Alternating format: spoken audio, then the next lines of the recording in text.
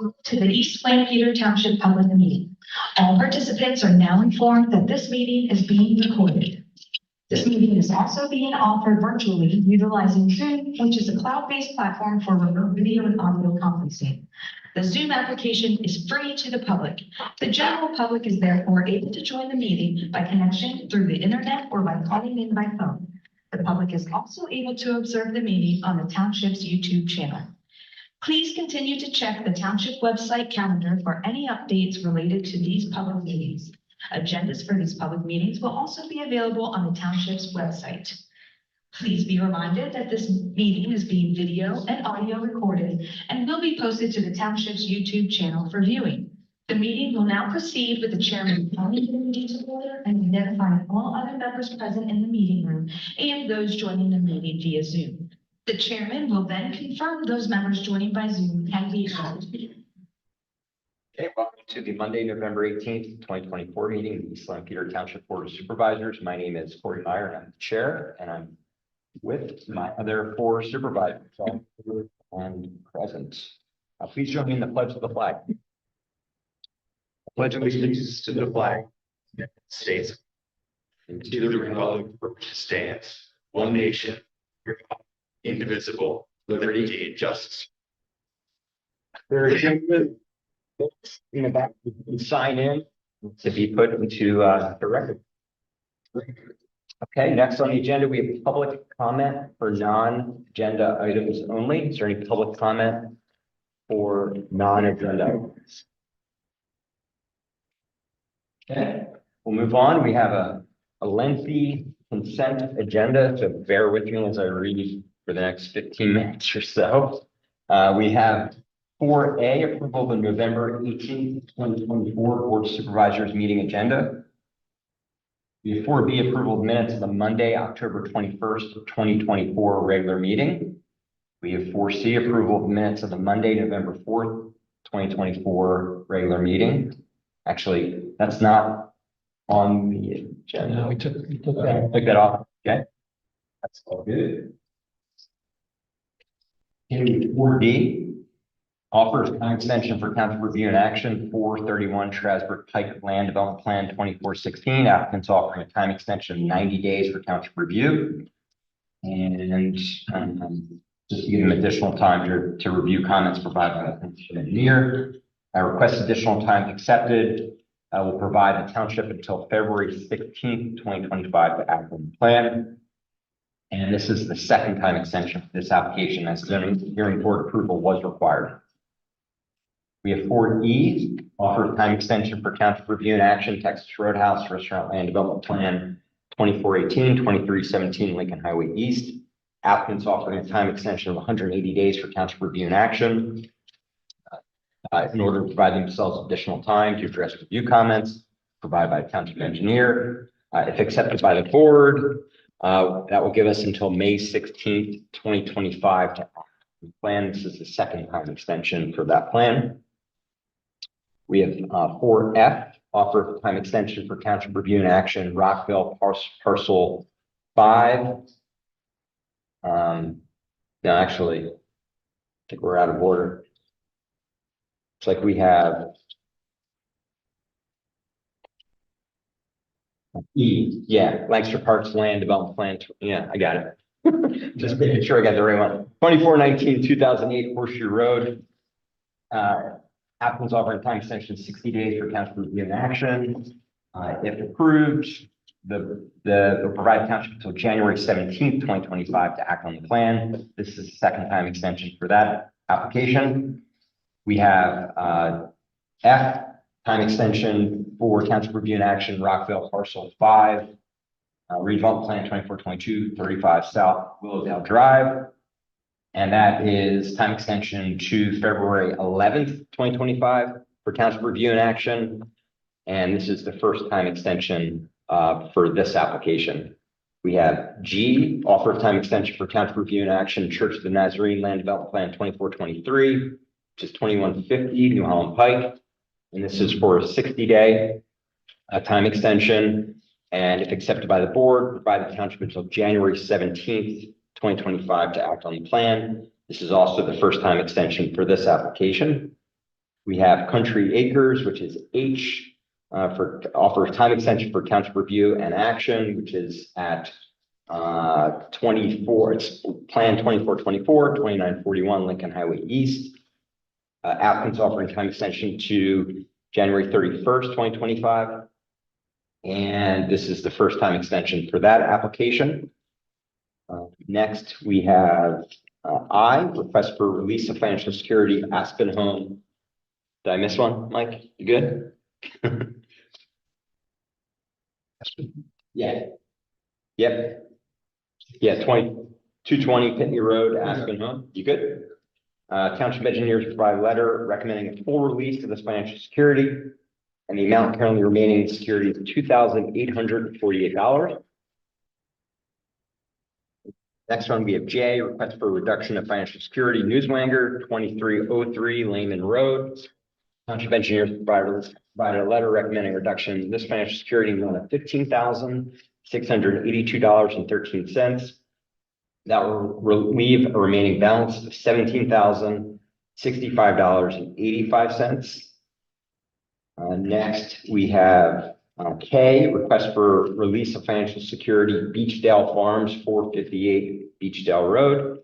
Township engineers provide a letter recommending full release of this financial security. The amount currently remaining in security was $1,155. And then lastly, I don't see on the agenda, we have approval to pay invoices and funds. Is that just messed up?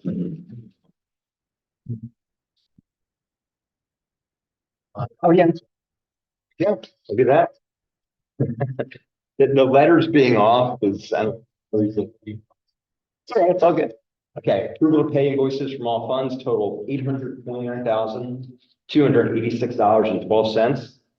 There's multiple items of note. We have $18,728.15 to Eastern Salt Company for winter maintenance road salt. $45,054.25 to Susquehanna Municipal Trust for pump coverage. $12,611.90 to Whitmer Public Safety Group for police ammunition, training pistols, and targets. $24,984.30 to LASA for third quarter sanitary sewer transmission charges. $17,315 to LV Water Service for forced main gate valve replacement. $27,435 even to Advanced Rehabilitation Tech for spray lining 12 manholes. $113,795.10 to B Moyer Radio for 15 mobile radios and installation. $8,516.69 to CDW Government Incorporated for new security cameras. Lastly, $59,474 even to EM Cuts Incorporated for work related to the purchase and installation of a bed on a new public works truck and a repair to a bed on an existing public works truck. That is the consent agenda.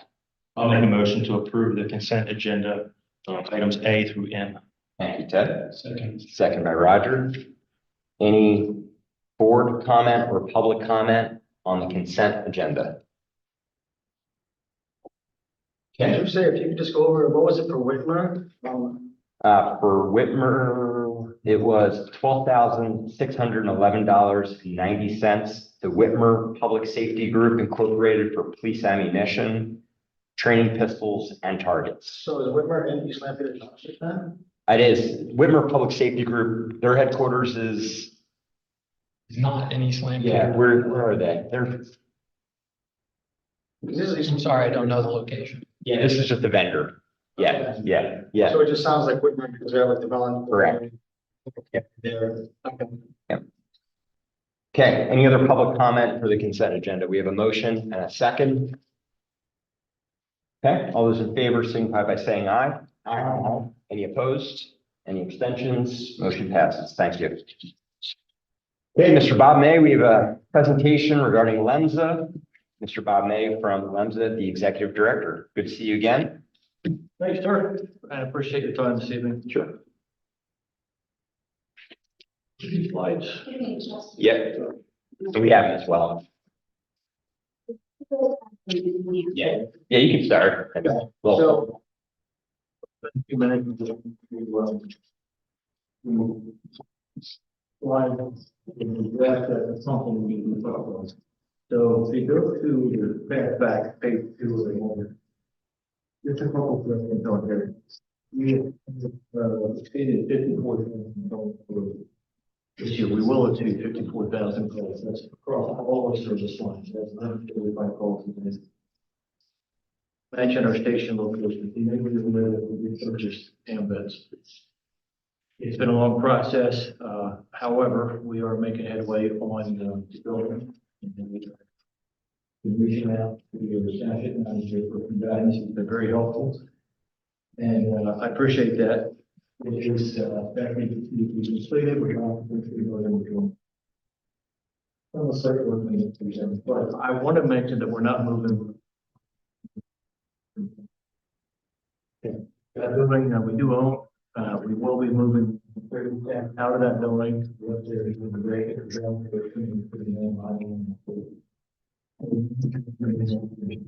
Selling our village location.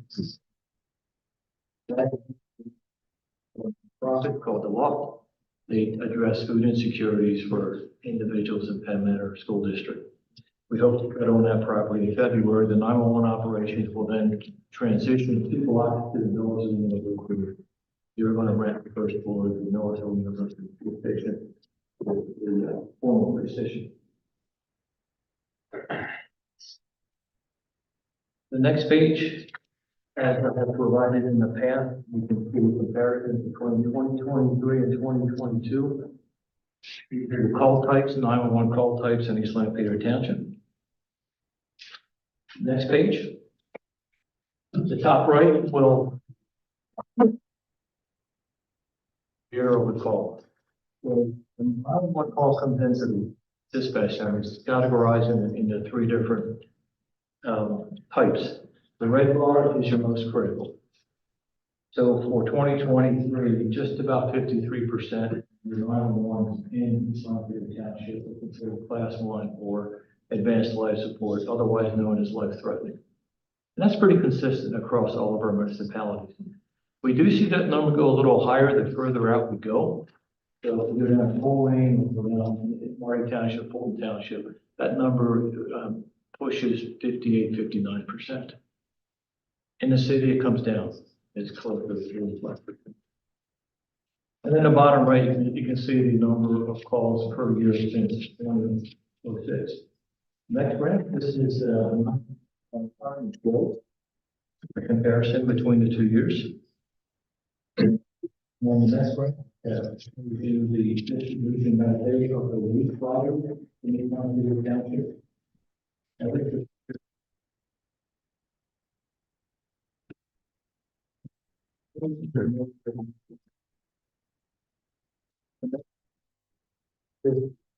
For this graph at the top, if you break down 911 calls by paramedics and the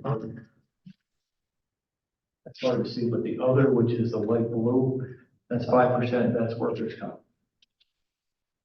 The 40% of your calls are Medicare, and then the bar down, the bar graph at the bottom will show you the collection rate by paramedics. So for example, we collect almost 55% for commercial and about 50% for Medicaid. And then you average those fare mixes together and we collect in East Lampere Township 40 cents for every dollar that we take. Again, for comparison purposes, that number's a little higher than 30,000, and you can figure that number when you go over 32, 30. Next graph, this is return rate. You find the return rate 15.6%. All rate is 15%, and we have 50 out. It's a pretty decent return, so I think that's count coal rate. We average about 20%, 20. And then the last graph will show you what we ask for by what we or what's the level we have. There's one mistake made. and that's Marty Township. Marty Township gave us what we asked for. We asked for 15,000 and they gave us 15,000 for 2022, so that is critical. And I also want to just lightly touch on our mobile hygiene unit.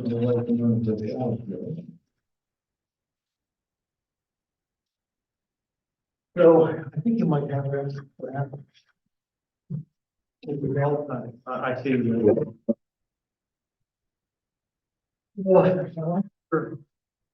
Homeless people reached out to us about 6 months before the pandemic.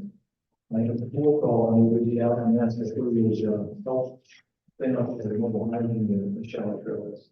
And it was a little bit unusual, we thought about it and we believe that we should do the hygiene as we default.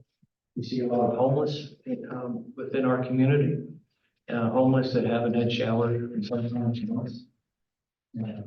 Infections, just in a bad way. So we thought this was a good service line for us and we agreed to it. So they gave us funding, 5 years that promised funding. It didn't end up being 5 years. It ended up being about 3 years. But we have been able to find third source funding through July of next year.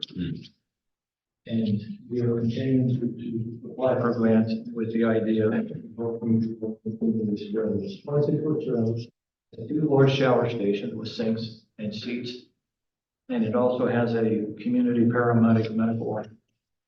So what I find about this trailers, I go to some of the deployments and I see these folks coming up and they can get a shower, they can engage medical, and just the how they present when they walk up and then how they look when they're done and they're walking away. It's pretty profound. In some cases, we give haircuts. They can get hygiene products while they're there. They can get clothing. They can go into the community paramedic office and get the medical attention, but they can also get some social services. To payers, we can connect them to PCPs, clinics. We can also work with them to find housing. We've had a number of success stories just by simply taking a shower and shaving. You get folks come back around to us telling them that they got jobs, and of course they got some clothing as well. So it's making a big impact on the community. Well, how does a deployment happen? Sorry? How does a deployment of that happen? We have designated days of the week and time of days. So the community, the homeless community, they have a good network to communicate with each other. That's one thing that I learned through this process. So once we communicate where we're going to be, what day and what time, often they're there in the parking lot waiting for us. Now we do push out on social media. We have the technician and the community paramedic that deploy the trailer are really good and they know people by first names, most of them, and they can get the word out through word of mouth. But we have different locations. If you go to the last page of your handout, at the top right, we have City of Lancaster. We have 2 locations in the city. We have in the community center, and we have the food zone. Some days we have two deployments. So for example, I think it's Wednesdays where we are actually down in the city. So most of the deployments are in the city. Did I answer your question? Well, basically, I mean, you're networking with the homeless coalition, people that are working with homeless people and other people that need it. That's essentially how you do it. And then you make a schedule. Absolutely. And again, where I think most of the communication happens is just the regulars that come, we just get the word out and it just somehow or another, the whole homeless community finds out about this. But when the ladies pull into the parking lot with the trailer and they have half a dozen or more people just waiting, that's a good sign.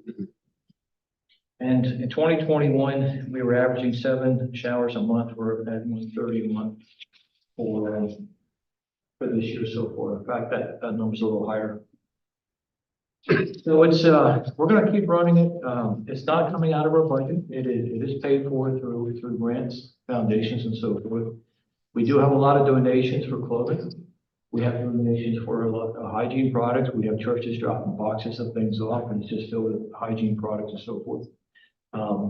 We have, the one employee, her mom is a barber, hairstylist, and she will live in her time. A couple days a month, and she will be there with us. So it's pretty exciting to see this evolution. More than we know, we understand we're the only EMS agency in the country that's running a mobile hygiene unit. We did go up to, before we spun this up, because a church, a nonprofit church had a hygiene unit, and we went to the county best practices. We spent 4 or 5 hours with them. It took them a year before they got their first client. We had our first client on first appointment. So, but we did push out a lot of information, just letting them know this was coming. And again, it's been very successful. Thank you. The last time I was here, we talked about staffing a little bit. That remains our biggest challenge, well, staffing and funding, of course. But the last time I was here, I think I reported an 18% vacancy rate. I'm pleased to say we're at 9%. We cut that in half. It's been a lot of work. We're doing 2 ENT Academy classes a year. We're looking at going to a 3rd one. This is a earn to learn program. We push it out. We have about 70 people apply. We vet them, interview them. We require that they have 2 observation shifts in the ambulance before they are even considered. Some don't show up for the observation shift, or those are weeded out of the way. But we narrow it down to about 12 people. And then we pay them a salary to translate. They have didactic where it's 5 days a week. It's somewhat paramilitary. They're all involved in the station duties they must do. They're short sleep based. And we find an instructor and gets them to a point where they're cleared to go out and start their field observation. And then they start doing skills in the field. It's about 3.5 months. When that process is over, they sit for the state exam, the written and the practical. And if they are successful, they matriculate into our field training program. And then once they achieve all the metrics for that, they get a bump in pay and they are assigned to an ambulance. If they don't matriculate, they have 2 other opportunities to pass the state exam. 3 times and you're out, then you have to take the program all over again. They owe us 2 years in return for that process. That has been very successful. Some of these folks have gone on to become paramedics. The paramedic program, we still run a paramedic program. That's the step up from EMT. It was the PA College, now at St. Joe's University. And it's transitioned. So we are learning how they do things. But as far as we know, we are keeping our paramedic program. For some reason, they decide to cut allied health. We have backup plans for that. We don't want to not have a paramedic program. So pleased that we're making headway. Staffing, the national vacancy rate is still at 20. Okay. No, I appreciate that, Bob. Thank you. Thanks for everything you do. Thanks for keeping the location on Lincoln Highway East. You guys provide an amazing service alongside the police and volunteer firefighting services. So we appreciate all the work you guys do. Cutting that in half, that's a major accomplishment. It's a lot of money, a lot of time invested. We're not done. Our goal is to get it down to 0%. That may be a challenge today because it's not a career track for the young folks. We're averaging maybe 4 to 5 years, and then we want to do something. Yeah. Particularly in healthcare. And as I have always done, any of this panel, your open invitation for right along. Yeah. Right. Yeah. Thank you, Bob. Thanks again. Thanks. Yeah. Can you just state your name for the record here? It's a wonderful thing. It's a difference for someone who is homeless to be able to get proper grooming and the time to go get a job. This is wonderful. But as Representative East Lampere Township funds regarding us giving taxpayer money, I think we do need to utilize, because you mentioned 5 years and 3 years. For the future, we want to be able to do this, but correct and prevent something so we don't have 120 people, homeless people. If our community is donating money to this organization, And we're talking 3 to 5 years. We need to be practical about it, put something together to prevent this. No, I agree. That's a, that's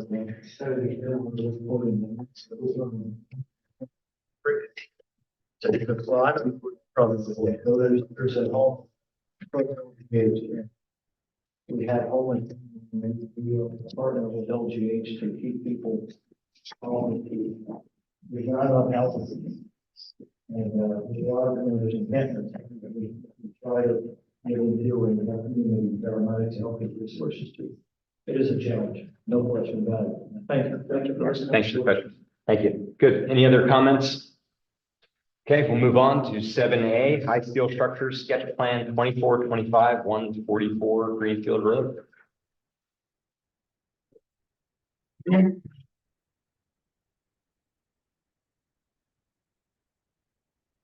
Chris Archip with RGS Associates. We're going to by anyone that those also on behalf of the applicant, or in this case, High Steel.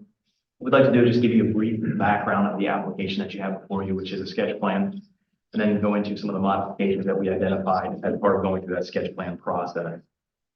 The product that we're looking at on the screen there is the High Steel headquarters there, well, I should say headquarters in East Lansing Town, about 42.5-acre site at 144 Greenfield Road. It's within the I-2 general industrial zone with a small portion that is within the neighborhood commercial zone. With that, our project is specifically in the I-2 commercial zone. On the plan that's on the screen, essentially the aerial of the property with that white block being the proposed expansion, which is about 21,400 square feet. The existing facility out there is in excess of 20,000 square feet roughly, so it's about 10% of the expansion. So High Steel was looking at this to see if it's feasible to do this expansion, which they believe would add about 12 to 20 employees. This would be a continuation of the operations that they had going on the property there. There would be no need for additional sewer or water demand as part of this project.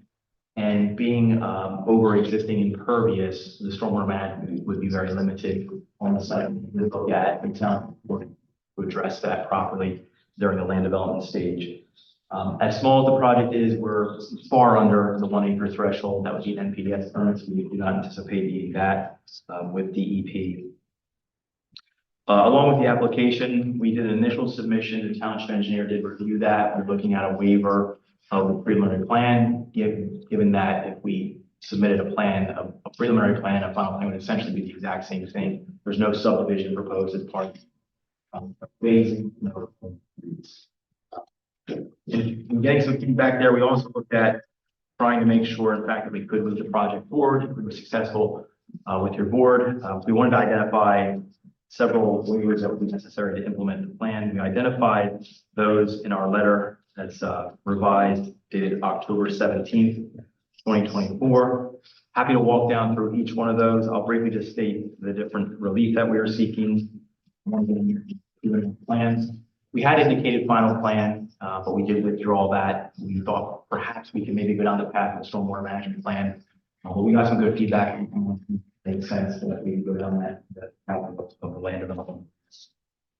We looked at really perimeter portion of the property. When I mentioned again where the proposed expansion is, it's about 1,200 feet from any existing roadway. So what we identified was the requirements in the saldo for existing streets, for improvements of existing streets, street widths, curbing, sidewalk, plantings, and then a traffic impact study. So we did take a quick look at the type of traffic the proposed use might generate or the expansion might generate. There's a threshold in your ordinance about 100 new vehicle trips per day, and we're estimating around 30. So that's why we're discussing the waiver of a traffic impact study. And then really the modifications are for waivers of the perimeter improvements. We were just thinking from a practicality standpoint, what's happening out there today, daily operations. Really, we talked about with your planning commission that the east and west side of Greenfield Road, it really just bisects the operations that are steel. So we talked a little bit about what's appropriate for Greenfield Road, what's appropriate for But we're happy to answer any questions you may have. That was my issue. Ken is here if you have any questions about operations at Steel. But I'll stop there and see if I can answer any questions. Just to clarify, the planning commission. They benefiting. Greenfield Road frontage of the site, and deferring requirements for the old Philadelphia Pike frontage of the site. Correct.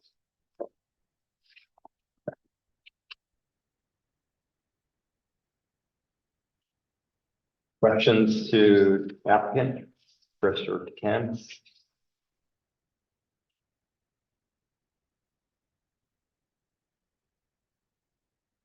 Planning Commission also with respect to the other requested Yeah. waivers, they recommend Approval. those. Yeah. And 2 is being drawn, right? So it's 1 and 7 on the October 17th revised letter, essentially.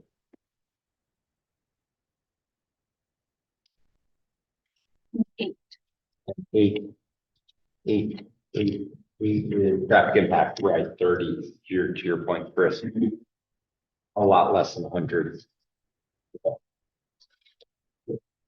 Just so we understand. Yeah. For the planning commission, I believe. So when you're saying, I had notes that Yeah. they waived the modification request specific to Greenfield Road, but deferred the modification request specific to Old Philadelphia Pike. But that would be for 3, 4, 5, and 6. for sidewalk. Yes, yeah, curb sidewalks. Yeah, sorry. Yeah, I was assuming that everyone agreed that 1 and 2 were approved by them. Yeah, correct. We have a motion from the board. Motion to approve the high steel structure sketch plan 24-25 for 144 Greenfield Road, in accordance with the Township Planning Commission, recommendations on waivers and deferment. Motion made by Mike, second by Roger. Any board comment or public comment? And understands. Okay, all those in favor signify by saying aye. Aye. Any opposed? Any abstentions? Motion passes. Thank you. Good to see you guys. Good luck. 7B, Esh Stormwater Management Plan, 2426, 2090 Creek Hill Road. Right. Kevin. Sorry. Too many engineers. Yeah. Have we? It's nice to not have.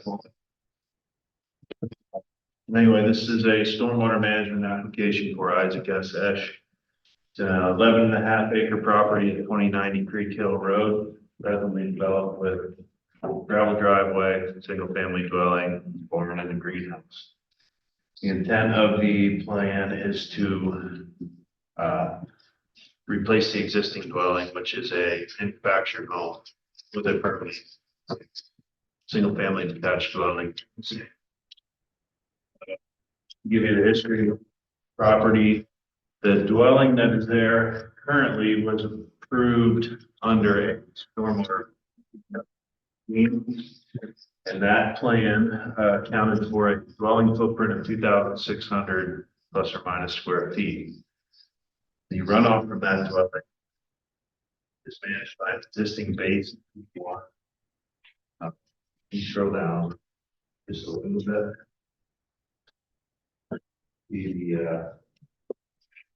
On the base of that driveway. But anyway, that dwelling that was approved under the 2015 stormwater plan was not constructed. He put a manufactured home on the property totaling 1,700 square feet. So the purpose of this application is to demonstrate that the current base in B1 is adequate for replacement dwelling, which is 2,400. Still, no net stormwater facility is required. It's just simply planted. Take the record. Current EMA review letter is dated November 15th. The only remaining comment is to post financial security. Will be taken care of, and I dropped off final signature plans with the applicant tonight, so that'll be delivered to the township any day now. Okay. Sounds good. Sounds pretty straightforward. Board?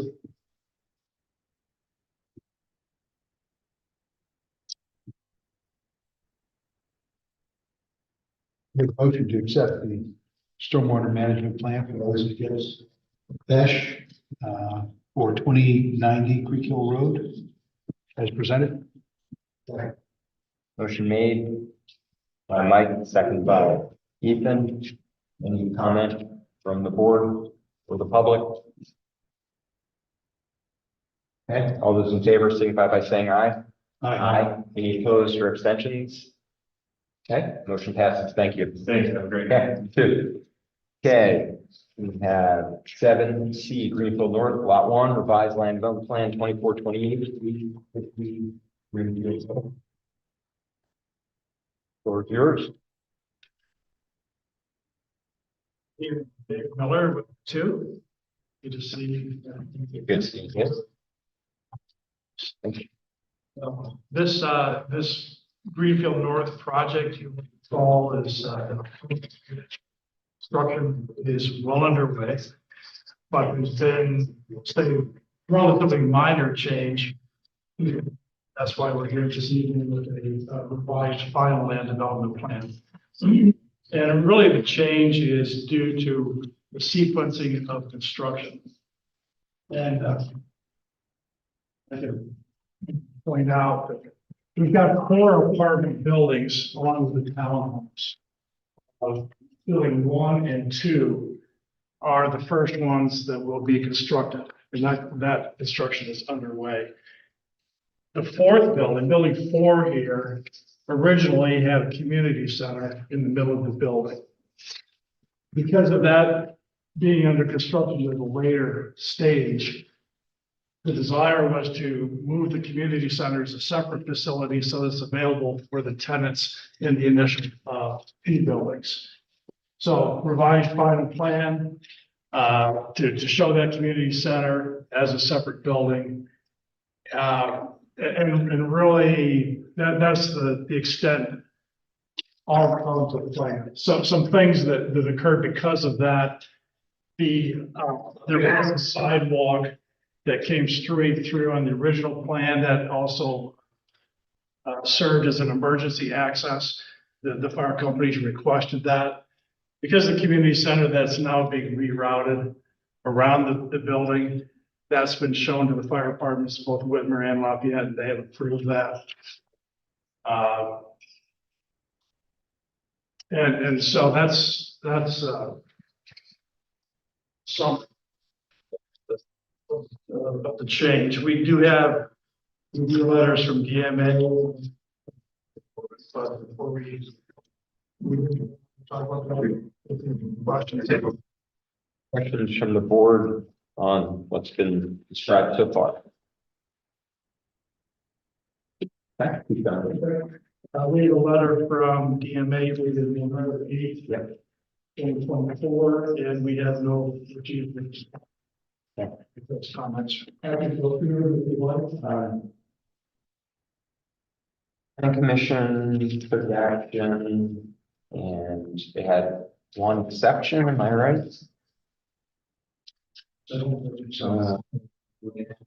Planning, related to county planning. What did the county planning say?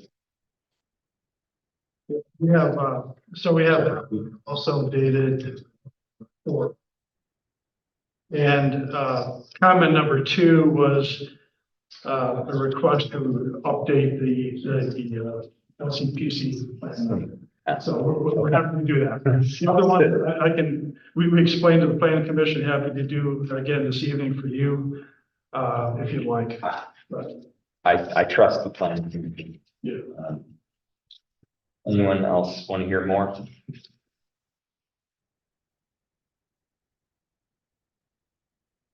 else to provide to us? Okay.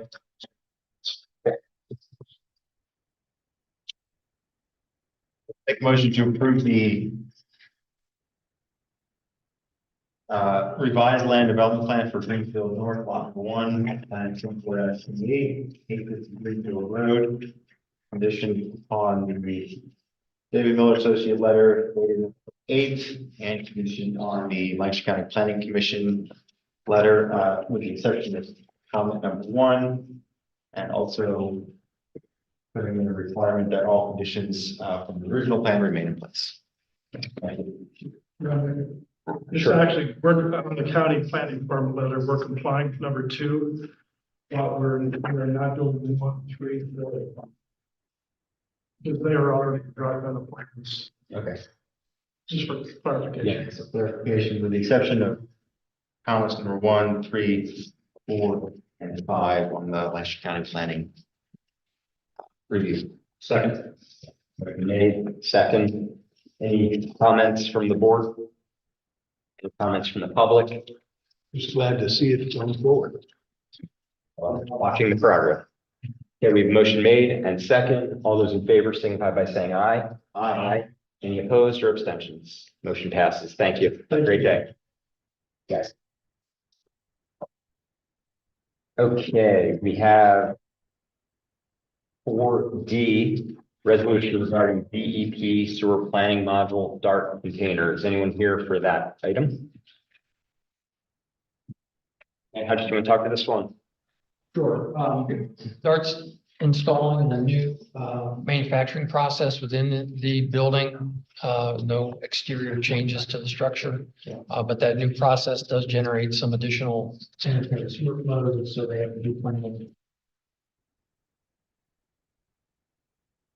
Peter, that process comes through you. Yeah. And the first step in that is for you to adopt this resolution to instead of new land development, there's not really a land development, but Yeah. it is, Okay, sounds good. We have a motion. Well, can you please explain, because they don't have a representative here and we're talking about our source, so you. Yeah, we'll have a motion, a second, and then we'll public comment. Motion to accept the resolution regarding DEP sewer planning module, DART container. Yeah. Second by Roger. Yeah, you have a question? Yes. Just go over it in detail and tell us what's happening for our storage. Yeah. If you want to talk through how this works. Painter's a business located over on Pitney Road. They do manufacturing over there. They're adding a new manufacturing process within the building. And that process requires additional water use and therefore sanitary sewer flow. So that additional flow will be going into the sanitary sewer system, and that has to be planned for. And so that's what this module process is. So there are different chemicals that are in the water, with the process, the common less effects, we put some more specifics. We do have an industrial waste ordinance that requires if there are industrial waste flows, that has to be permitted as well. So I here, don't know whether this process will generate any. the meeting without it, but there's something regarding our source, and the truth. I Oh, I understand exactly the conversation now. I mean, I think that was a good explanation that you gave much. That's as much as we know about what's happening there. Okay, we have a motion made and second. Any other public comment? Okay, all those in favor signify by saying aye. Aye. Any opposed or abstentions? Nope, motion passed. Thank you. Okay, we have 8A, supervisor discussion items, homeless encampments. Ethan. I'll pick up, and then Mike, feel free to jump in. So we had previous discussion and Supervisor Thurman volunteered, and I appreciate his time to follow up and discuss. So we met and brainstormed and had a whiteboard out and came up with what we think is a sort of a good draft. So, and the goal is to just have some general discussion tonight, get some feedback from the board. And if the board's amenable, then we can give what we have to staff and start to reach out to the stakeholders that are mentioned in here to get their feedback as well, because we want to create a process for how we're working with other folks that they don't know about. So this just continues that conversation. So quick summary, we have a housing crisis in Lancaster County. We have many plans in place right now. So our long-term goals are how do we get more housing? So looking 3+ years, we've made changes to allow more multifamily zoning. We have the apartments at Greenfield that are going in. We've got the apartments at Rockvale. So we've made changes. We've got projects in, but it's going to be several years before those are built and fully occupied. We've got midterm stuff we're working on, infill, mixed-use zoning, recommendations from our housing study, plenty of things we've already done in previous zoning changes. So Ambleside, we've got apartments nearby on Buckwater Lane. So we've done a lot of infill sort of midterm projects. Short term, we've allowed accessory dwelling units, both in our residential and mixed use areas. And we've done more to start encouraging that. So we've got housing in the pipeline, sort of big projects, small, medium-sized projects, small projects, and more zoning changes coming next year that will keep that pipeline going. But when we drive around, we still see folks who don't have houses or a place to sleep. So we're now looking at, all right, what's our immediate need? And sort of big picture, I think our goal is we want to connect people who are experiencing homeless to existing resources. So we have resources in the county. We don't have enough, but oftentimes not everyone knows of all of the resources that are available. So our goal is how do we connect people to the existing resources, and also how do we collect better data so that we can make better informed decisions and help tailor our response to the individuals as opposed to an entire group of people. So we sort of outlined a process that there's really 3 ways that sort of our staff become aware of people who are experiencing homelessness in our community. So in each case, our goal is to follow a process that prioritizes public safety, builds awareness, shares information with stakeholders, and humanely responds to our struggling neighbors by connecting them with available resources and a safe place to stay. So our 3 ways we normally get information is a call to our police from a property owner with a trespassing complaint. That's pretty straightforward. We have a trespassing complaint, we respond, we follow up. So we currently have a process for police follow it. Probably good to review that process, violating the law, and someone calls, we will respond. And that's the police's job. Second, we have what we call township staff awareness. And this is one where I don't believe we have a formal process for this. So this would be the goal would be to have staff create an internal information sharing process. So we've got public works staff in our parks working on streets, doing maintenance. We have our police officers patrolling the streets. There are eyes and ears in the community. They hear things, they see things. And so these are sort of internal. We kind of know where people are staying. We may not have full knowledge of exactly who's there, how many folks are there, but usually the people doing the work on the street usually have a much better awareness of what's going on. And then that can expand beyond our formal staff to also the folks that are volunteering or working from LEMSA to our volunteer firefighters. Usually have a pretty good handle what's going on in their communities. So the goal is to have a process where we train staff and we review what are you seeing, what are you hearing, and then regularly report that. So sort of start collecting the data of, hey, we saw 3 people in Flory Park, and this is where we think that they're staying. Okay, now we can document that. And then the third input of data is reports or complaints from the public that are in a non-emergency setting.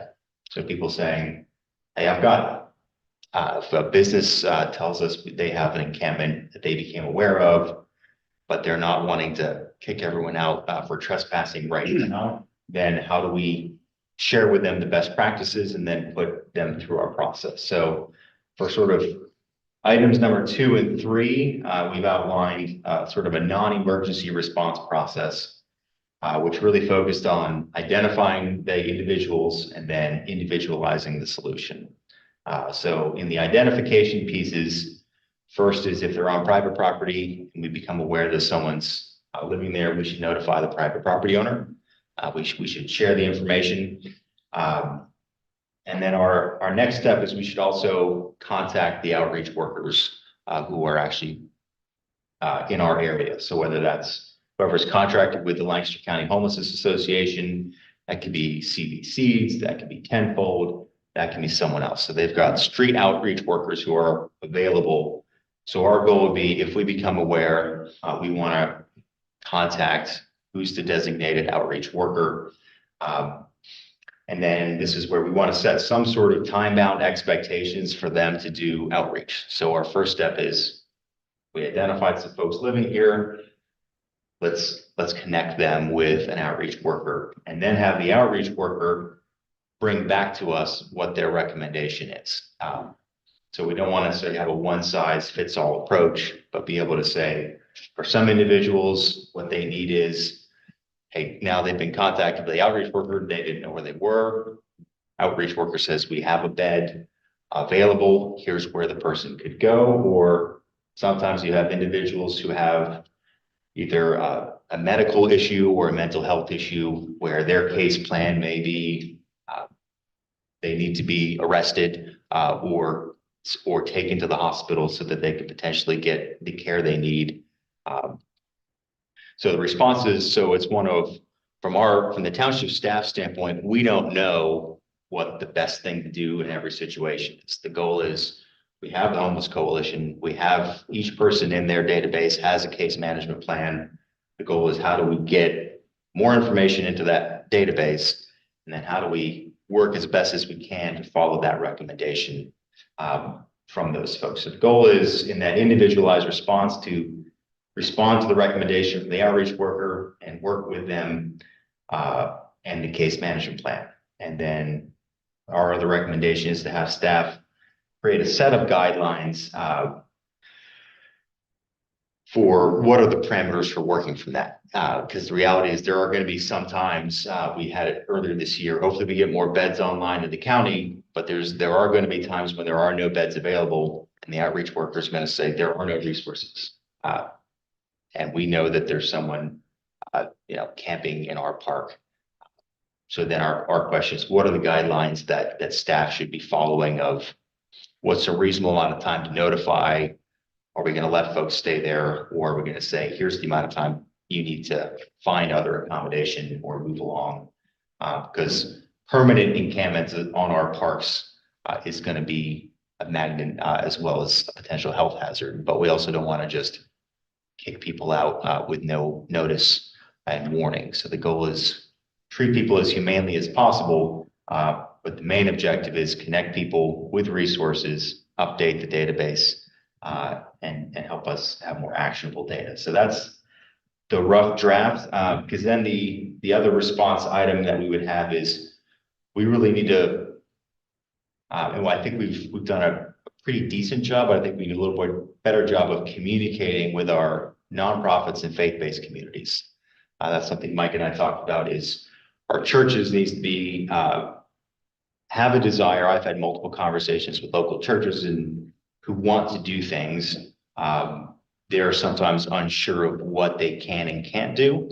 So I've been sort of giving them advice as requested, but I'd love to have that communication line open up to the township to say, if a church comes in and has an idea, we don't need to tell the church what to do. We want to just let the word out that we are wanting to work with you. So if a church says, hey, I want to create 5 safe or 2 safe parking spots on our church property and put up a porta potty and let folks spend the night who are living in their car, we go, how can we help you do that? If someone wants to say, we want to open a small shelter, here's how we're going to operate it. How can we make it so you can do that? So it's one where I don't foresee the township directly providing services. I don't think that's in our purview, but I do believe we should encourage our faith-based community to step forward when they have ideas and be the solution, because they're the ones who are often interacting with folks. So that's sort of here's our official response. Here's our process we need to detail, get to the stakeholders for comment, and then also how do we get the word out to our faith community and nonprofit sector to say, what ideas do you have? Let's brainstorm. And we want to, there's other municipalities around the different counties or in our county where they're working to try to not have as many churches do those things. I'd rather East Lampeder be say, we want to help the churches do whatever you think is best, and we want to make sure that our ordinances are followed, but you're a church, it's your mission to help the poor. We want to help you do that. So that's the summary. I'd love to get your thoughts and feedback. I just think too, what we're trying to do here is, it is a board discussion item, so get what you think about it. And we kind of, it's all about process. It's all about having a process. And I think, we probably aren't aware of all the processes that we use, at the township level, but it's kind of this problem has been accelerating the last couple of years, and getting all the stakeholders to be involved. The churches could be an important stakeholder in this. One of the other identifiers too are the agencies. They may know about homeless in our community, and I think this happened last time, and we don't even know, that they're already serving them. And there's a process. So if if you have a property owner say someone is living on my property, I don't want them there, please come. There's a way you have to go, but doesn't mean we can't use after that some of these pieces, and that we can inform the property owner, hey, we do have a process that we use, and we really engage these social service providers that are working with the homeless, and, trying to find that case management is what you're talking about, to really figure out what that person needs. So, it's really about trying to, I think next step would be great. We get a stakeholder meeting and everybody's talking about it and saying, okay, here's a good routine that we use depending on how it begins, really. Good. Just from the board, then I'll make sure to get those.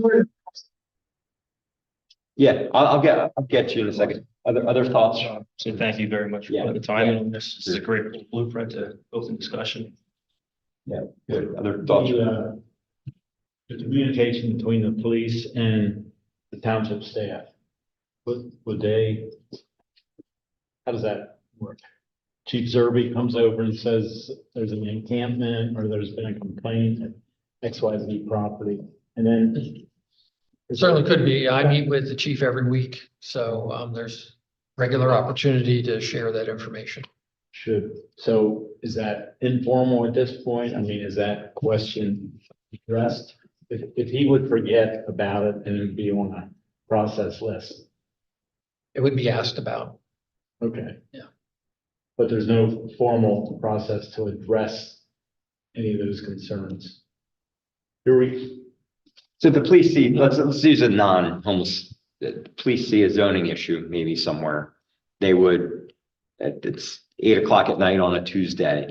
The next morning, staff would know, or they know. Right.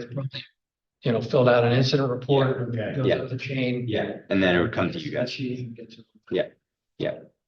So reported homelessness person camping out on this private property, that's in documentation, so. Yeah, and Tara, you would see that? one or both of us would see it. And at this point, we've established a relationship with CV Seats. So, Okay. when they become aware of it, it may actually be an initial call from a patrol officer to CV Seeds to deal with whatever they're dealing with Okay. right away. And it doesn't necessarily wait for a report and reporting and going up the chain. So depends on the circumstances, but that certainly can happen as well. So And officer. Kind of a hot topic. Yeah, too, right. So I'm sure you and the chief will be talking about. Mr. Spillies. Mr. Beaman, this is great. This is a great program, and I want to share a personal experience because my father came here when he was 9 years old with grief, and I started working 70 hours a week. 3 years over at Arconic. My family has real estate in Lancaster. My grandfather went down to about a huge amount of 2 properties when he was 18 from working 2 jobs. So we came to this country and we worked hard, and they were always there willing to help people. When I left the factory and I went to school, I ended up having a seizure, so I didn't have my insurance. They put me on Medicaid insurance, and a situation that happened within the last 2 years, I was pointing out a hypocrisy of one of our archbishops from our church and these corrupt lawyers from their families. They actually filed a 302. Manheim Township came over into our police jurisdiction, and they 302 me. They put me in a mental hospital drug rehab and said that I threatened to kill the archbishop. Now, when I'm in this place, these people, what happens is, because I think now Medicaid is up to $1,600 a month you can make, and you still get Medicaid. So what they'll do is they'll get cash assistance. A lot of them have drug issues. They'll get hooked on these drugs. They'll be homeless.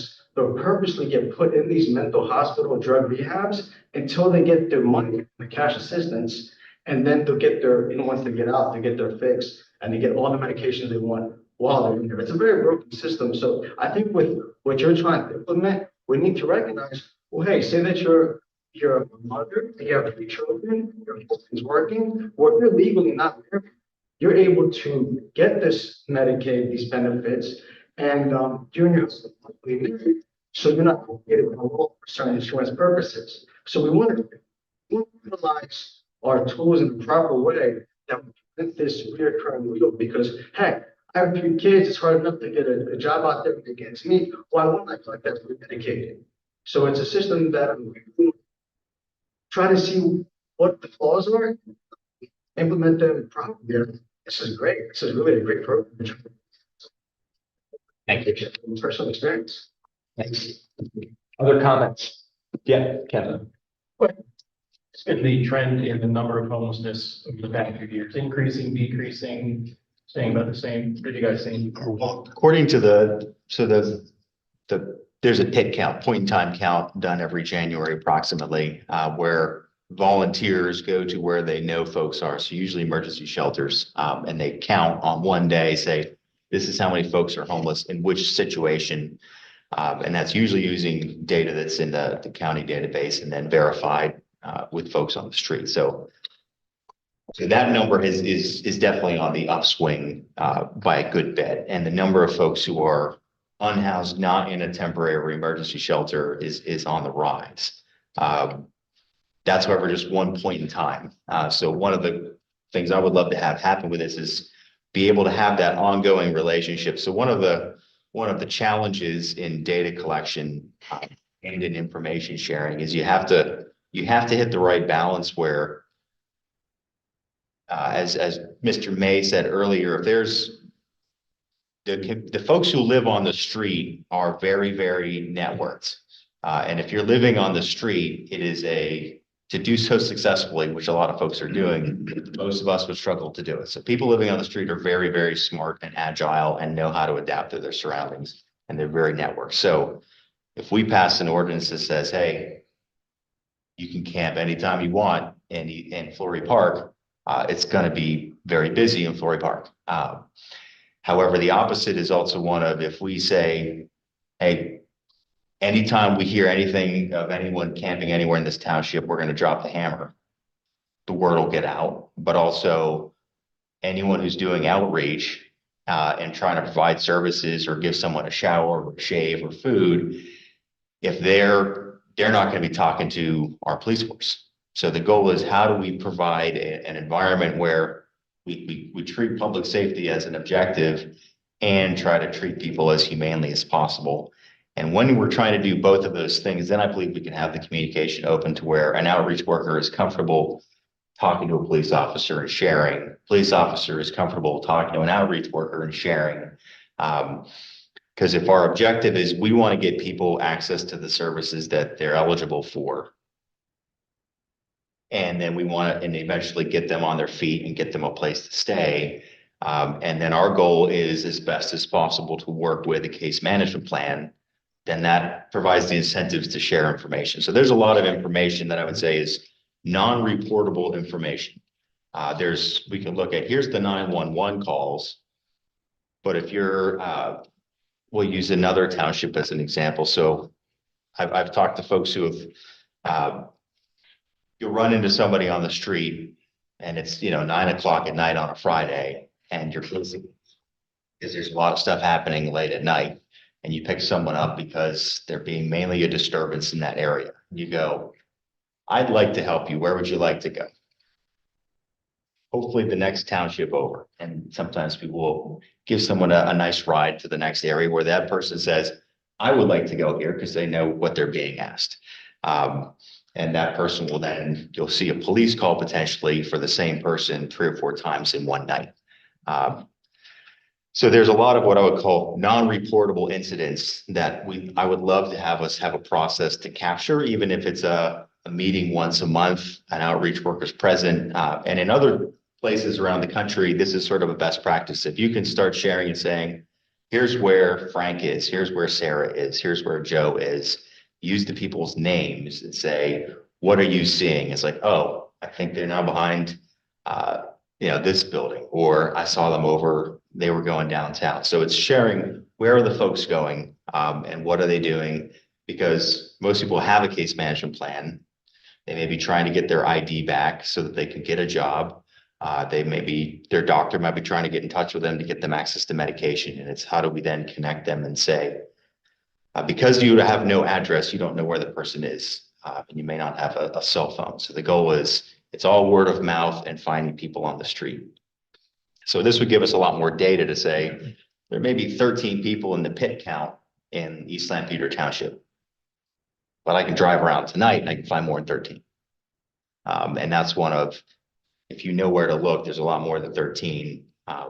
But we'd like to have, is it 30? Is it 50? Or is it 17? That would be a really good number to know. Tim, did you have data to share? Sure, so. You just state your name. Sure. Tim Swilder, One United Lancaster, and, yeah, we reported on the pit count and, so the total number was 597 for 2024. And that was, let me just, double check, up 13.5%. And of those folks, 22 were outdoors and 475 were either shelters or transitional housing. And again, that's countywide. Thank you. Thanks. Okay, other comments from the board? Again, thanks, Ethan and Mike, for meeting and discussing reasonable.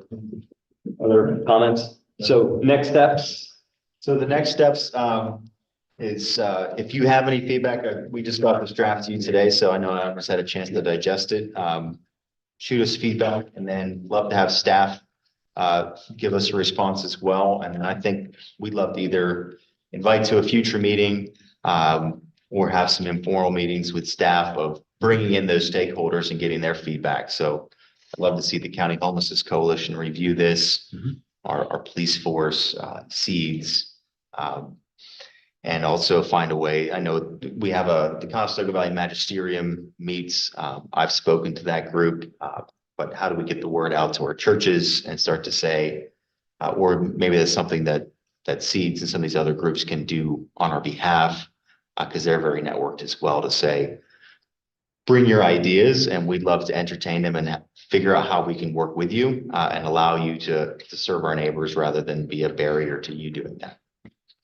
Just from a logistics perspective, I wouldn't mind if two of the supervisors met with the stakeholders outside of, supervisor meeting. It can be a public meeting, but not an official public meeting per se, and then bring it back to a public meeting, when the time is right. Yeah, might be an option to pursue. Yeah. How have things been as far as, with religious freedom, and that this country was built off of Christianity and God we trust? Because I know things have been weird with Kamala Harris, and obviously there was some corruption and some horrific things going on. Where are we at as a government with our laws and stuff like that regarding religion?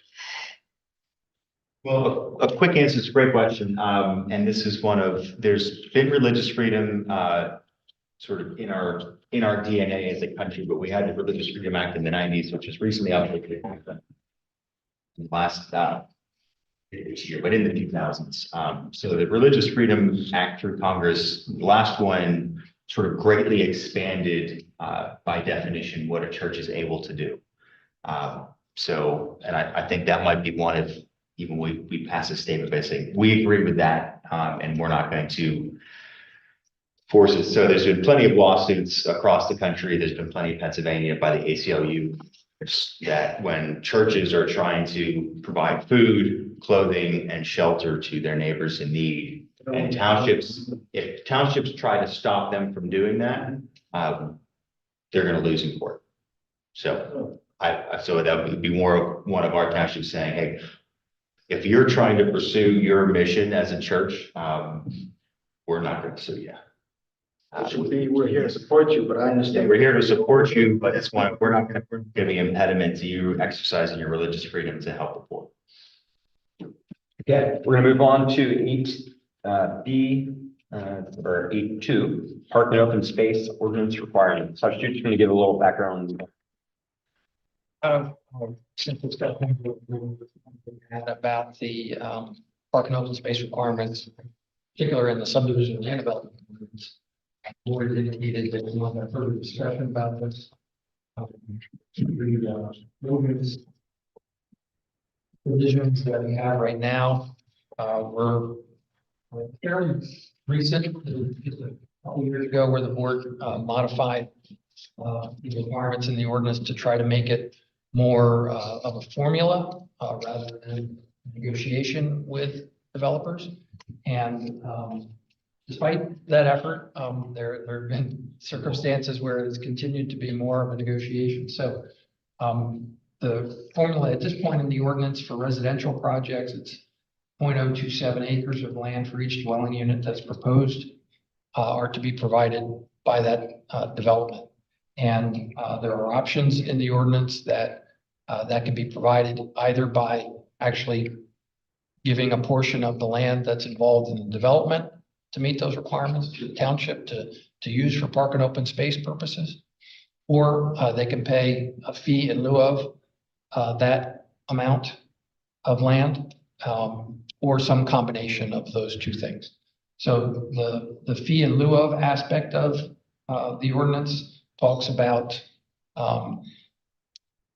basing that calculation on, you have the number of acres that are required, portions of acres that are required based upon the 0.027 per unit.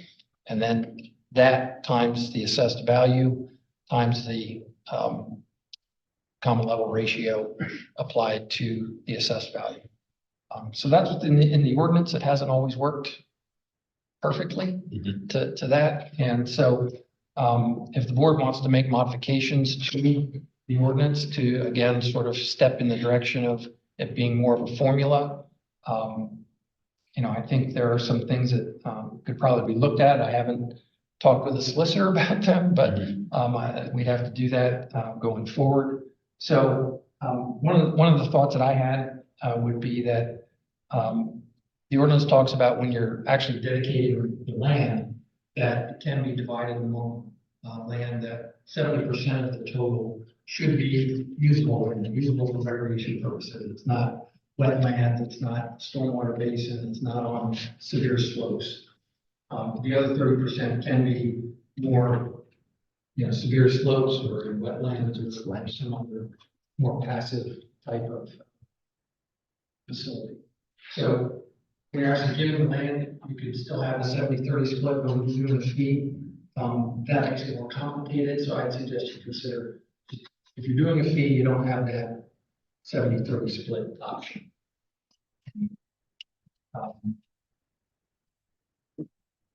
And then the other area that I think helps with an understanding of how the ordinance is going to be applied for development interests is to make it clear that the credits that are provided, if apartment community is being built and they're providing swimming pool and a community building and some trails that aren't sidewalks and those sorts of things, how those things are credited against that requirement could be a little more specific to make it clear that the land for those improvements is credited, but then also as you're spending additional dollars to actually improve those spaces, how those dollars are also credited toward that fee. And going back to the sort of beginning of this all came out of a study that was done back in the early 1990s by the LIMC group. And pretty much all of the LIMC municipalities adopted something like this into their subdivision land development ordinance. And the idea was that, new development puts some demand on the township to provide recreation facilities, parks and open spaces by the fact that they're coming in with new residents and or new businesses. And so the concept was that, you know, if you're coming in with development and you provide some of those amenities, some of those spaces yourself, great. You're helping to provide for those new residents. And then, you know, what's left over, then the township takes as a fee, and the township is required under the ordinance to use that fee within 3 years for some park and open space purpose. It could be to acquire land, it could be to make improvements to existing parks, but it has to be used within 3 years of that time.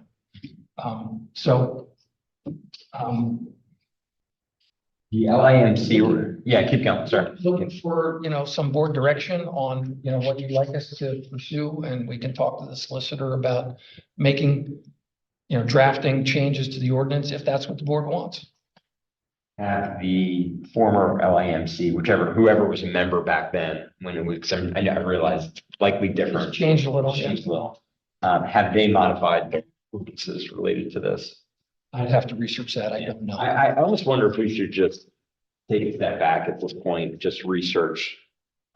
I can only imagine a developer that's developing multiple different areas and their attorneys having to deal with all these different ordinances. It just might be helpful just to do some research around what other similar municipalities, have in their ordinance. I'd like to make this suggestion, as in the Fernmore, which was basically coming in and redoing a property that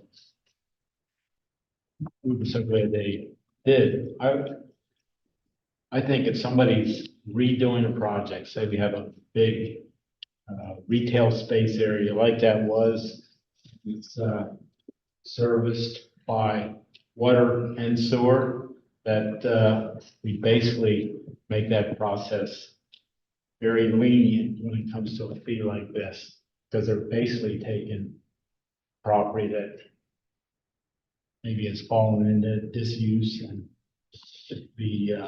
I know it's not helping the park maintenance and the fees and things like that, but it is not adding that directly to the infrastructure because water and sewer are already there.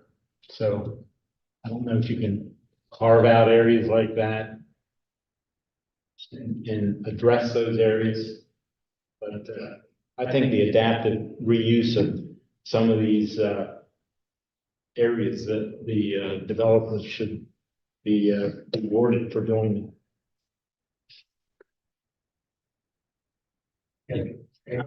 Yeah, there's I think, yeah, we should take a quick look at least the metro area municipalities, what they're doing. But also I would say simplifying the fee to set, hey, the fee is just an equivalent to a per acre cost.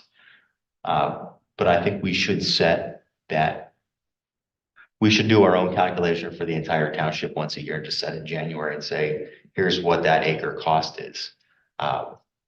And I look for recommendations from the staff. So it's a set number. So I think the Rockville was a good example of, depending on where you're building, the cost is wildly different. And the goal is all the residents are using the same 4 parks.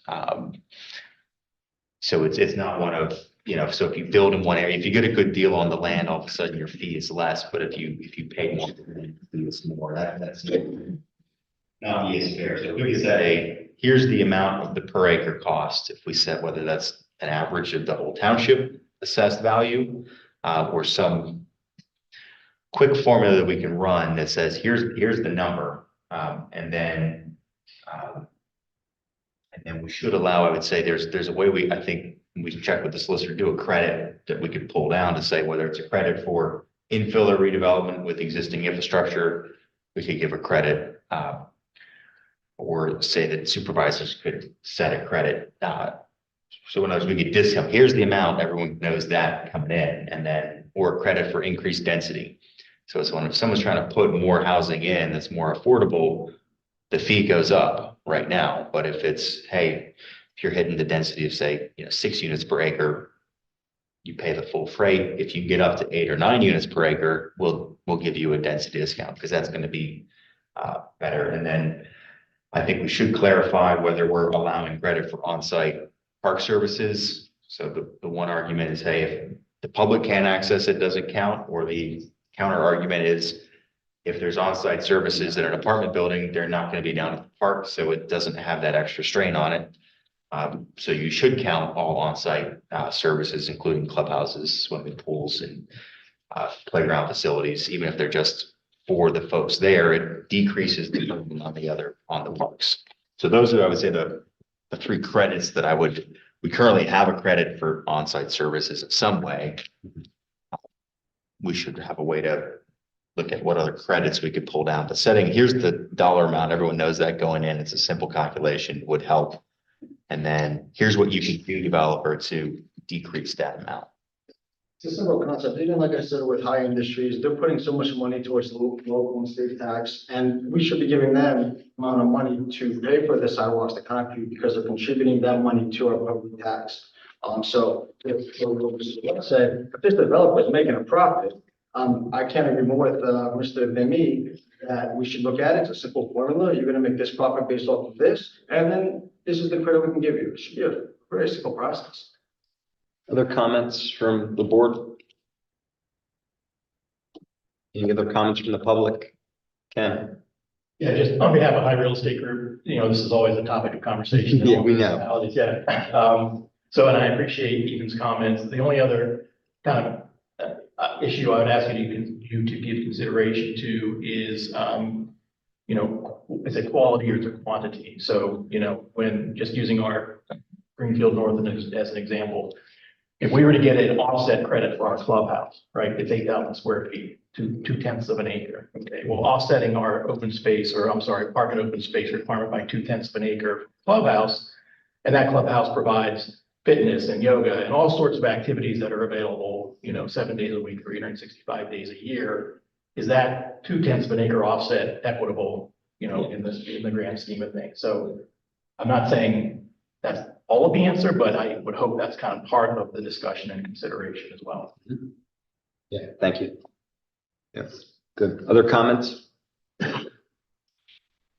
Okay, so sounds like some research and maybe a few more ideas. Not going to solve it tonight, so good. Okay, thanks. Okay, next on the agenda, we have any other supervisor discussion items? I know we have a few items for future meetings. I think there's ball fields, park board meeting sometime soon. Wednesday. Okay, this Wednesday. Great, special meeting. Yes. Okay, cool. 4 o'clock, 4:30, 4 o'clock. Okay. Great. Okay, we have 9A. We have reappointment to Planning Commission for Mr. Randy Patterson, term ending 11/19/2028. Randy has agreed to serve. He's been a great board member so far, Planning Commission member. Yes. Great. Motion to reappoint to the planning commission, Mr. Randy Patterson. Second by Roger. Any board or public comment for this reappointment?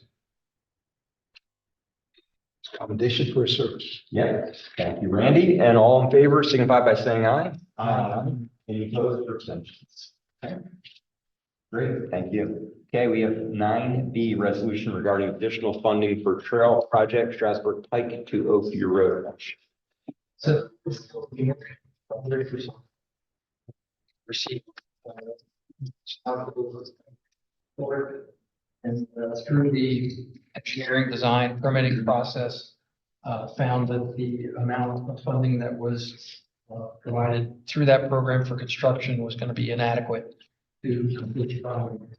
So we went back and requested additional funding through the appropriate channels at the county through the Transportation Improvement Program and PennDOT, and they have agreed to dedicate additional funds to the project.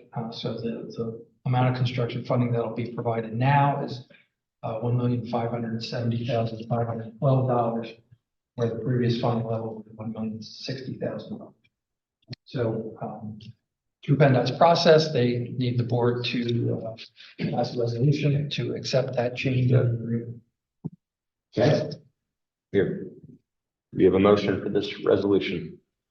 Motion to accept the PennDOT additional funds for the Strasburg pipe to UA rail system. Motion made by Roger, second by Ted. Any board or public comment for this resolution?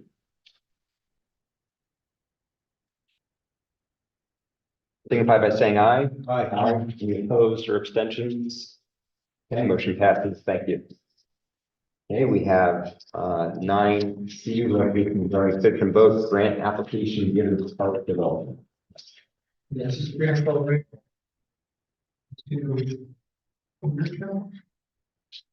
Last year, and we're unsuccessful.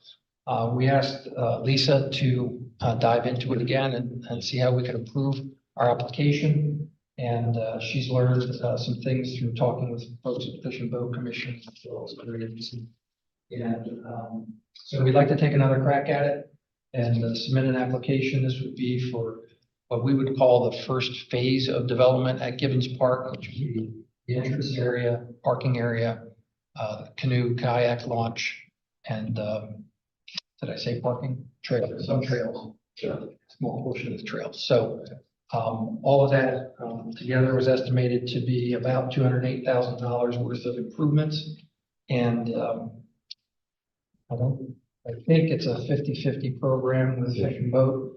Our intention would be to also apply for other funds in the coming months through Department of Conservation Natural Resources and through Department of Community Economic Development, which we can use those dollars to match these dollars if we're successful in all those applications. Sure. So, if we get funding through this program, we plan to go forward. Until we get application to the others and are successful as well. So we could, if we did win that and didn't get those others, we could then turn them down.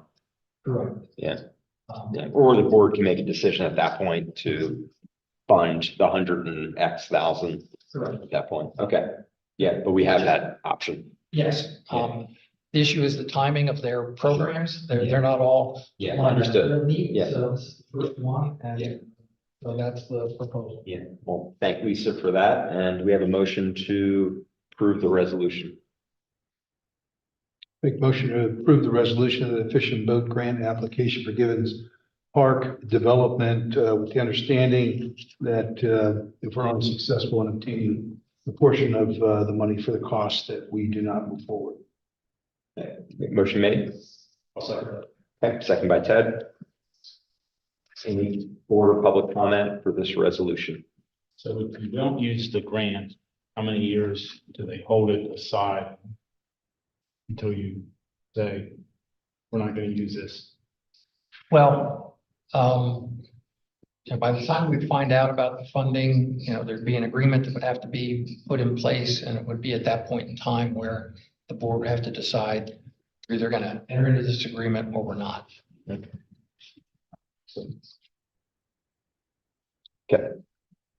Any other questions? Okay, all those in favor signify by saying aye. Aye. Any opposed?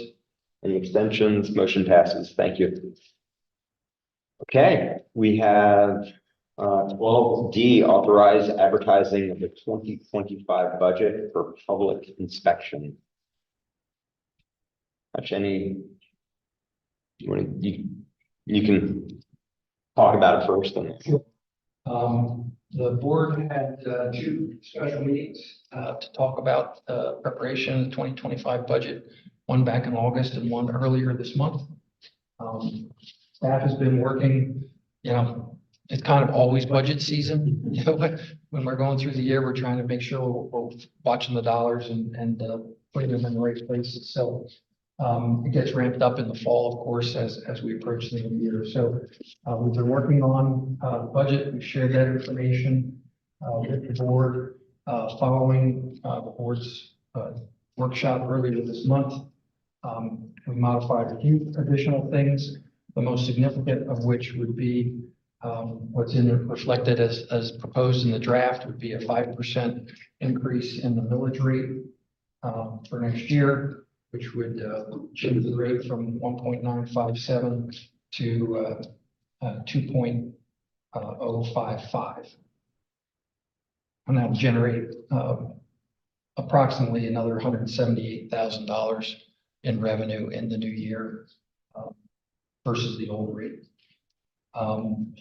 In the general fund, we would still be projecting a reduction in fund balance by the end of the year.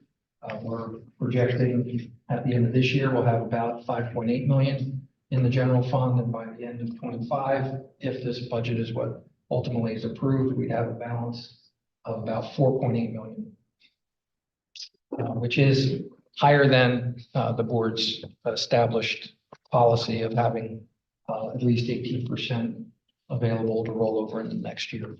The other operating funds are listed there. There's the most active other operating fund is our sewer fund, and we're not proposing any change in rates at this point in time. But that fund is also spending in the deficit, and at some point in time, we'll have to consider that as well. So the process that's required each year is that the board has a draft, makes that draft available to the public for inspection and review.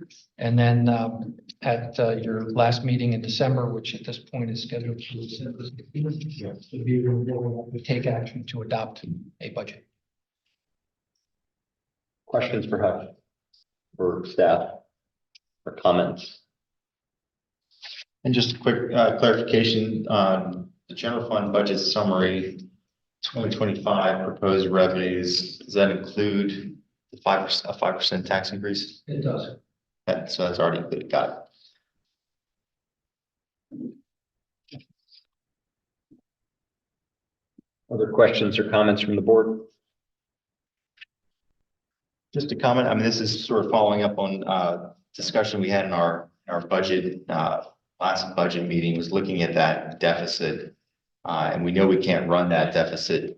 So staff also prepared sort of a one-time expenses that we foresee in the next year's budget that we don't expect to recur in 2026 and beyond, which is roughly $400,000. If we do a 5% tax increase this year, that basically gives us a sort of real deficit of closer to 600,000. And what we've discussed both last year and then this year is rather than wait and do large tax increases every 3 or 5 years, we should do more incremental tax increases each year. It'll be better from a budgeting standpoint and less of a shock to our residents. So that's sort of the what got us to, and there was some discussion at the meeting whether we'd look at a 3% or a 5% increase. It really doesn't go into effect until our December meeting when we would actually adopt the millage rate for the next year. We could continue that discussion until then but to get to where we're structurally balanced, we either need to make some more aggressive cuts, which we haven't had any sort of big concrete ideas on the table that are that big, or we need to look at raising revenue. And our challenge is our revenue is a much smaller percentage of our total revenue from our property tax revenue is a much smaller percentage of our total revenue compared to other municipalities. So it's our only lever, and it only moves the needle a little bit each time. So a 5% increase in property taxes is not a 5% increase in revenue for the township. Thank you, Ethan, for that. Comments or questions from the board? Okay. I'll take a motion second, then I'll take any public comment. Make a motion that we advertise a budget for 2025 and it's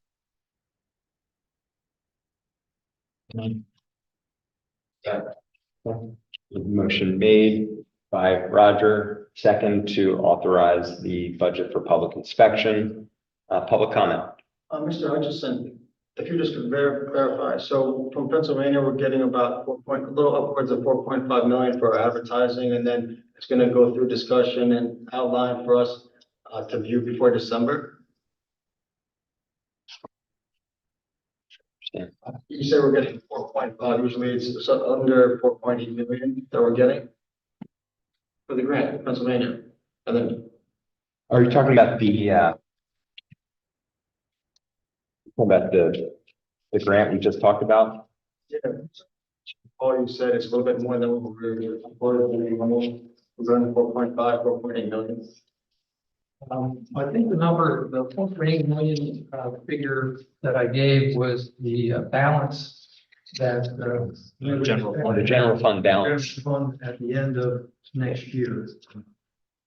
So, and then when you said about we're gonna put something up for December after discussion and going over certain things, where would that be at for us to look at as from the Oh, public? yeah. So when we offer, so after if we approve this authorization to advertise it, it will actually be on outside and also on the website.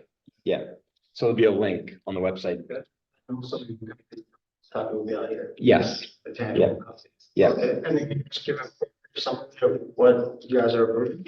It's about 186 pages. We've already done that at multiple meetings, so we can give you this copy. America, and being a citizen and things being passed with the board, because you're chairman or vice chairman, are we able to request that you read every word? No. Okay. Yeah. You can take my copy. Go. It's the overall view of this. 80% of the expenses on this is contractual. So we're challenged with building revenues and adjusting costs within 20% of that's a challenge we as supervisors have, building revenue and also basically only control of only 20% of the budget, police, staffing, and all that. It's 80% of the budget. You basically can't make any changes to the contractual. Well, within that 80%, you guys are able to develop and rent the public works these things first. Got 180 pages there. Dig through it. If you have any questions, feel free to come back to the next meeting. When's the next meeting? December 2nd, Monday, December 2nd, 7:05. And then we will actually vote budget, hopefully, if all goes well, December 16th. So. Is that right? 16th, Monday? Yep. Okay, great. Okay. Did we vote? No. Okay. Motion made, motion second. Any other public comment? Okay, all those in favor signify by saying aye. Aye. Any opposed? Abstentions? Motion passes. Okay. 10A. 10A is titled Announcement Regarding Township Manager Transition Plan. Rob Hutchison is retiring after after 33 years of service to this township. And I did the math. I think 42 years of public service between a few different townships and municipalities, we'll call it.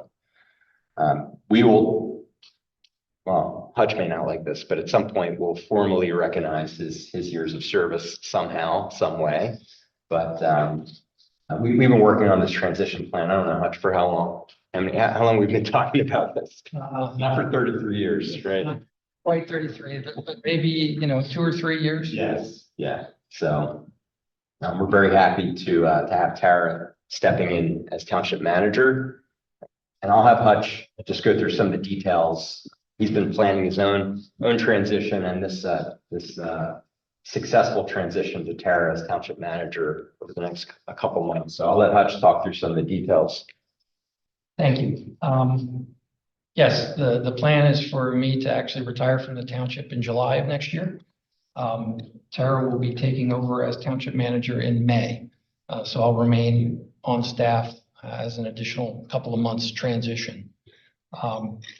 Hopefully a couple of months prior to that, we'll be filling the position of assistant township manager to again help with that transition so that there's overlap as Tara transitions away from assistant township manager and into the manager role. So we'll be starting on that early in next year so that we can get somebody on board, hopefully by, roughly the end of the first quarter. I'm sure I'll have more words. Sure, we will have more too, but we had to get the word out. Township manager for East Lampeter has been a great pleasure and honor. And, all the boards that I've had the chance to serve under have been just wonderful to me. It's been really good to me and my family, and I'll miss the people the most.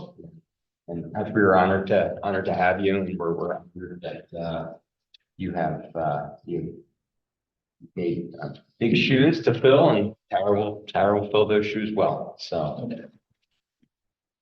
yeah. Other comments from the board before we move to the next item, which is adjournment? Okay, thank you again. Okay, we have adjournment. We have a motion to adjourn. Moved by second by Ted. Any public comment on the adjournment?